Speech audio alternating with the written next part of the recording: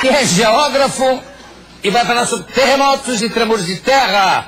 Márcio Vitiello, venha pra cá.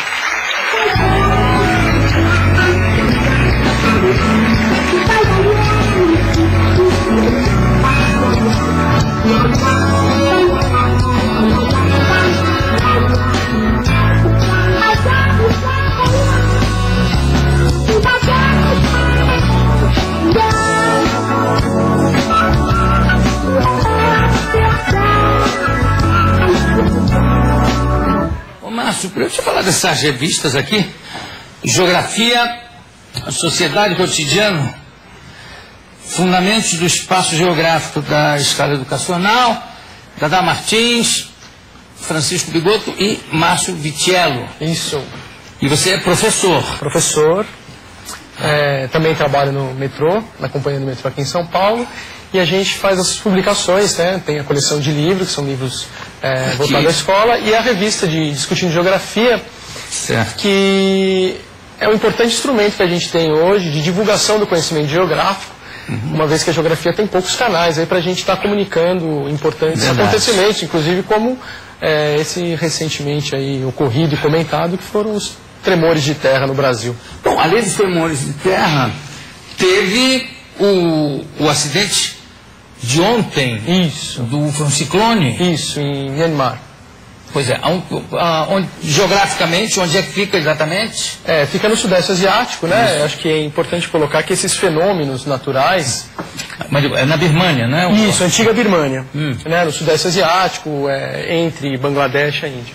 Aquela região é uma região que é afetada constantemente, principalmente por causa do clima de monções, né? Que é a diferença de temperatura que você tem entre o Oceano Índico e a Ásia, e faz com que uma certa frequência, principalmente no hemisfério norte, você tenha essa ocorrência. Morreram 22 mil pessoas. 22 mil pessoas. Existem vários... É importante colocar que as tragédias, elas tomam um efeito cada vez maior, uma vez que essas áreas são densamente povoadas, né? Então as maiores catástrofes naturais ocorrem geralmente na Ásia, na China ou no Sudeste Asiático e principalmente na Índia, devido à grande quantidade de pessoas que vivem ali na região do Brahmaputra, do Hindu, né, ou no Rio Amarelo, no caso da China. Agora, vamos falar do que aconteceu recentemente aqui, em São Paulo, aqui no Brasil, que começou no litoral, né? O epicentro foi a 200 quilômetros de São Vicente. Ou seja, é mais um maremoto que um terremoto? Como é que se chama? Na realidade, o que ocorre nós temos os movimentos das placas tectônicas, né? Isso já é estudado há muitos anos. Quando se evidenciou, por exemplo, o paralelismo que existia entre a costa da África e a costa sul-americana. Então existe uma abertura no meio do Oceano Atlântico, né, que é uma dorsal meso-oceânica, e essa abertura provoca o afastamento dessas placas tectônicas.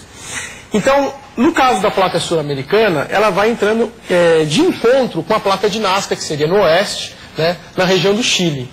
Esse encontro, ele vai também fazer que você tenha na outra extremidade do continente algumas reverberações. Então você não pode imaginar que uma placa continental do tamanho da placa sul-americana não tenha nenhum outro movimento, algum outro reflexo. Eu costumo fazer associação, por exemplo, com o movimento de um automóvel, né? Quando você tem o impacto de um carro, obviamente que a frente do carro vai sofrer um impacto muito maior. Mas a parte de trás também vai sofrer um empinamento, um arqueamento. Certo. Que é o que costuma acontecer nessa costa brasileira. E quando existe uma certa acomodação dessas placas, né, existem pequenos tremores. Bom, vamos ver, tem um filmezinho aqui, que eu acho que demonstra bem isso. Miriam, vamos soltar? Todos os dias, a Terra é sacudida por centenas de pequenos terremotos. A maioria não é percebida. Normalmente ocorrem ao longo das divisas das finas placas que cobrem a Terra, como uma casca de ovo.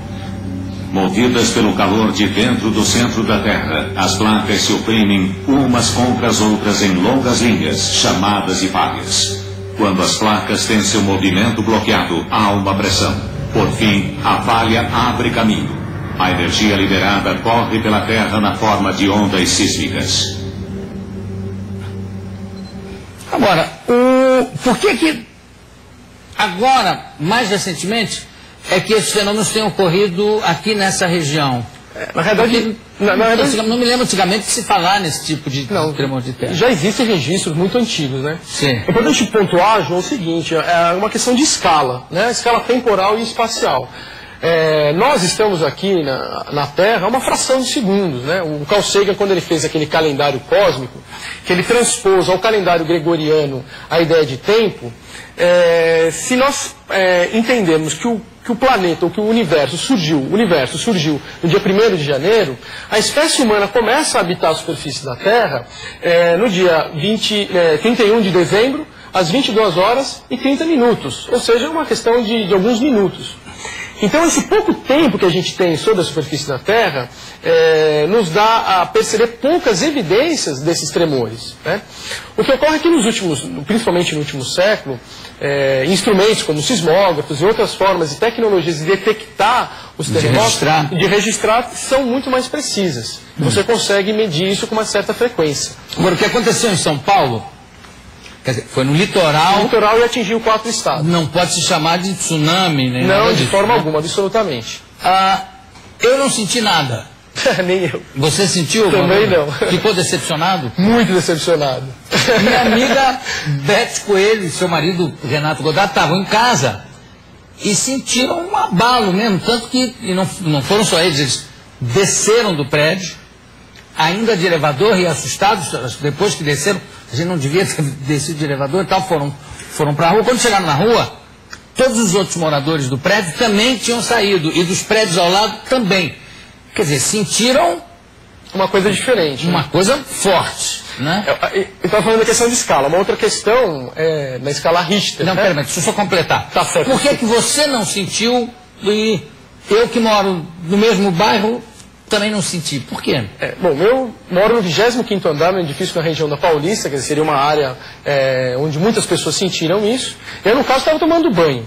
E sendo-se um abalo de pouca intensidade, né, as pessoas que estivessem distraídas, ou estivessem numa posição onde não estivessem paradas ou observando algum objeto, dificilmente sentiram esse tremor. Agora, pessoas às vezes que estão, sei lá, à mesa, jantando, né, ou se repousando, poderiam perceber esse movimento. Essa foi uma questão muito comentada, né? Pessoas que estavam numa situação mais acomodada puderam sentir isso com uma certa frequência. E na escala, a famosa escala Richter, como é que é isso? Então, o que é importante colocar? A escala Richter é uma escala logarítmica, né? Então, eu não posso dizer, nesse caso, que o 10 é o dobro de 5, né? Nesse caso, o tremor que a gente teve aqui em São Paulo atingiu 5.2, né? Atingiu 5.2? 5.2. Esse tipo de tremor, ele não é um tremor considerado muito grande, muito intenso. Você só vai conseguir ter uma intensidade expressiva acima dos 6 graus. Porque nesse caso, por exemplo, uma escala 4, por exemplo, para 5, a magnitude é 10 vezes maior. Né? E depois de 5 para 6, mais 10 vezes. Então ela vai se tornar realmente destrutiva a partir do 6º grau. Quer dizer, 7 já é uma coisa brava. 7 é quando começam a ocorrer os tremores, né? Onde você tem de fato um grande impacto, grandes destruições, pontes, viadutos, casas, etc., que acabam abalando e levando a um enorme número de vítimas. A gente já teve aqui algum tremor em